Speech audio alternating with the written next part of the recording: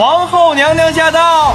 皇后这次是铁了心的要扳倒甄嬛，不仅对方得宠得势，居然还怀有身孕。倘若再不制止，那么皇后随时有下档的风险。为了避免再就业的意外，于是皇后经常忽悠静妃，说小公主经常到甄嬛寝宫请安，而不愿失去孩子的静妃，岂能甘愿失去精神支柱？因此，静妃病急乱投医，竟向皇后检举景熙和苏培盛对视一事。由于景熙是甄嬛的贴身宫女，所以皇后这次无论如何都要整垮对方。明朝宫中常有宫女与太监私相交好，称为对食，逐渐狼狈为奸，结党乱政，所以本朝治宫严谨。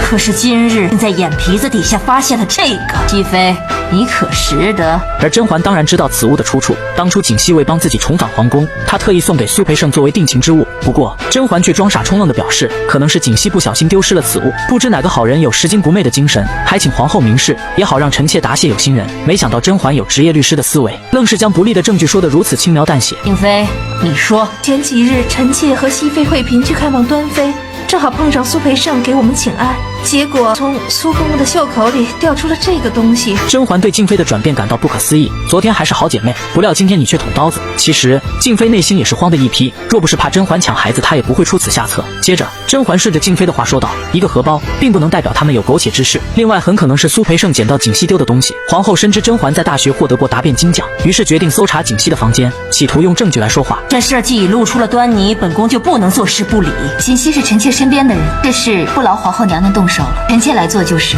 为了让甄嬛束手就策，皇后委婉地表示，你怀有身孕不喜劳作。显然她的意思是说甄嬛最好避嫌才是，同时又假装心疼她身子沉重，与其关心宫女，不如坐下来静等消息。皇后这招以退为进的理由，着实让甄嬛不好再继续争辩下去。没过多久，宫女就从景熙的房间里搜出一个不堪入目的红色小木盒，因为里面已涉及到少儿不宜的画面。当真是秽乱后宫，为防上行下效，本宫不能不处置他们。无论甄嬛怎么替宫女脱罪，皇后都以证据确凿为名处置景熙。娘娘是太后皇上眼中的贤后，又为后宫众人所敬仰，想必娘娘一定会秉公处置，既保住皇家颜面，又能倾诉后宫。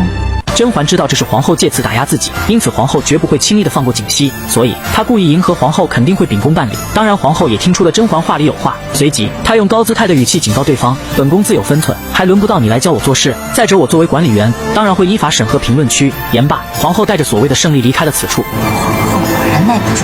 老主，你不怕吗？虽然浣碧对主子的反应表示担心，不过甄嬛却看透整个事件的走向。假如自己不去据理力争，那么下一个受无妄之灾的就是浣碧，而他们的目的无非是削弱自己的力量。这件事情一旦传出，不仅景熙今后没法做人，就连小主你的清誉也会。这个时候是我的清誉要紧，还是景熙的性命要紧？所谓明面的敌人不可怕，就怕对手藏在角落里突施冷箭。既然皇后正大光明的对付自己，那么甄嬛也做好了万全之策，所以她肯定会不惜一切代价的保住景熙。都怪奴婢，连累了娘娘，害您来这种脏地方，少不得有人在笑话娘娘吧？